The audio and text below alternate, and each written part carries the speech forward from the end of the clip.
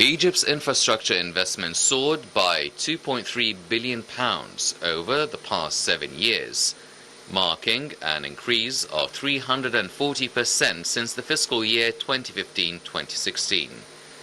Minister of Planning, Hala Said, said, believing that infrastructure is a key enabler for development, Egypt has increased its investments in roads and bridges by more than 90% over the past 3 years, to reach $1.79 billion in 2020 from $0.89 billion in 2018. She explained that the sector is expected to be growing during 2020 to 2024, as this growth will be primarily driven by practice partnerships between the public and private sectors and the expansion of green buildings to increase energy efficiency and advance infrastructure. The national project that was launched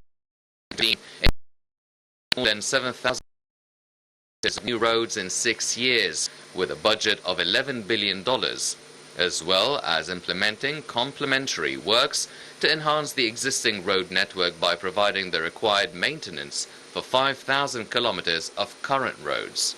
Egypt has made remarkable progress during the past few years in modernizing transportation, communications, and digital infrastructure that was reflected in Egypt's ranking in global indicators, following up that despite the pandemic, the Egyptian government has completed a number of major projects which created a large number of opportunities, as the projects included 1,000 companies and nearly 2 million Egyptian workers. Residential projects alone contributed to securing 800,000 job opportunities for young people. Besides that, most major projects are fortunate in being in sectors relatively less affected by the epidemic, with 32% in housing and 27% in transportation. On the modern railway and transport network, the minister also explained that the Egyptian government is working to improve the current railway network by adding more trains and renewing old buses, noting that 2 giant railway projects are underway worth $23 billion, in addition to the monorail project in Cairo at a cost of $3.5 billion. Welcome back, ladies and gentlemen, continuing our discussion with Dr. Roshdy. Now, Doctor, we're talking about the Egyptian economy, and one of the main significant things is that the Egyptian economy recorded a significant economic growth quite recently. Now, how do you explain the economic growth within the Egyptian economy? Is it down to an increase in productivity, an increase in exports? Is it the development of the energy sector? Is it the development in infrastructure?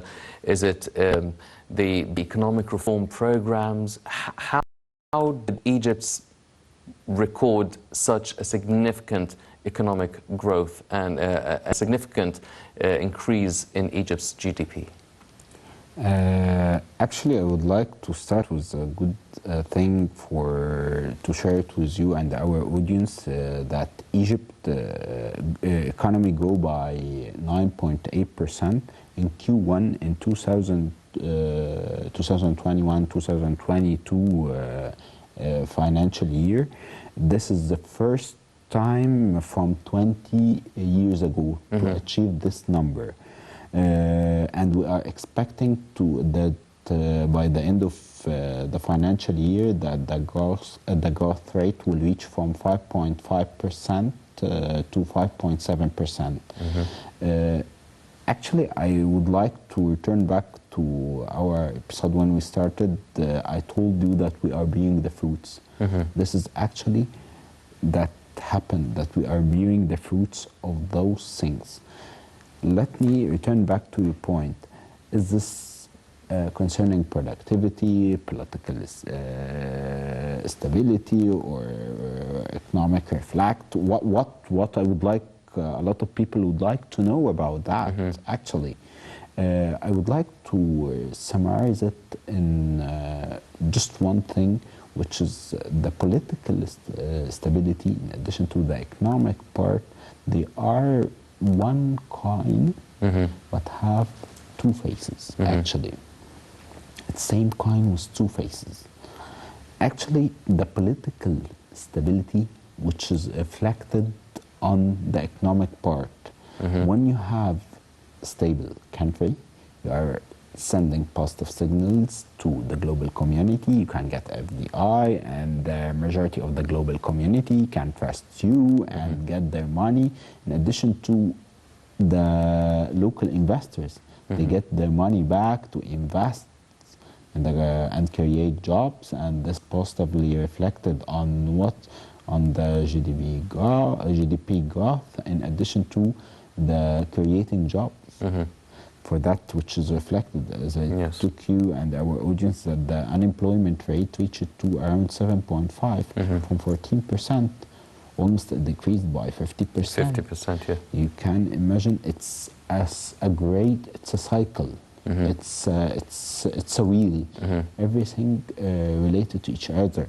If you invested in solar energy, if you did the economic reform in the right way, if you manage if you have a solid monetary policy, if you are focusing on the education part, the health part, and how to get the proper taxation income, and to decrease little bit. One of the crucial things that the country nowadays are focusing on it, which is the financial inclusion. Why a lot of our audience are listening to this term. I would like to highlight a little bit, if we have time, about what is the financial inclusion and what is the strategic vision from this, and how this can reflect on the normal person in our country. The financial inclusion, actually, that we have to combine the unofficial economy or the gray economy with the official economy. Currently in Egypt, we have around our unofficial economy, it reached to around 75%. You can imagine unofficial economy. If we took this part and part of it and mix it and combine it with the official economy, what will happen? It will happen that everything will be monitored. The taxation, the tax income will increase, and tell the normal person in the street saying how it reflects on me when the tax increase. It will reflect for sure. How it will reflect? It reflects that the education budget will increase. We will invest more in the infrastructure, and the health system will enhance it. And nowadays, the country is focusing on what it focus on national health system, NHS. Yes. To create one. This is one of, I believe, in my humble opinion, that this is one of the most important mega projects for the country. Those things positively will reflect on the country, and they will reflect on everything to have the new Republic of Egypt. That's what we are doing now. We are building Egypt. Yes. Well, we've seen over the past, or the current year that's about to end, 2021, a lot of developmental projects, a lot of progress economically and politically as well. But we've taken great strides and leaps in the economic progress here in Egypt. Now, approaching the new year, 2022, what sort of goals do you want to achieve? What sort of development work and investments do you think the country should aim for? What sort of sectors? What do you want to see as a continuation and a progress for the economic development in 2022? Actually, you are asking about the economic prescription Yes. for 2022. In my humble opinion, that the government and the private sector should work together to focus on first of all, to focus on increasing the exports and to work on the initiative to reach $100 billion the presidential leadership adopted last month. The second thing, which is crucial, which is to focus on SMEs, small and medium enterprises, and entrepreneurs. If you would like to build a country in an efficient way, don't focus on economically, don't focus on large corporate. Actually, one of the most important things why we are doing that, you shouldn't put all eggs in one basket. You have to diversify your economy. ABC investment, you have to diversify. For example, to simplify it as much as I can to our audience, if we have two large corporate that are building country or in a bank, for example, if there's a bankruptcy or there's a delinquency for one of them, you will lose like 50% of your things. Actually, if we do a real model for SMEs, we will have a diversified companies in different fields. And if we turn back to the experience of other developing countries like us, they build already built their economy based on SMEs, small and medium enterprises, and this will help possibly to create jobs.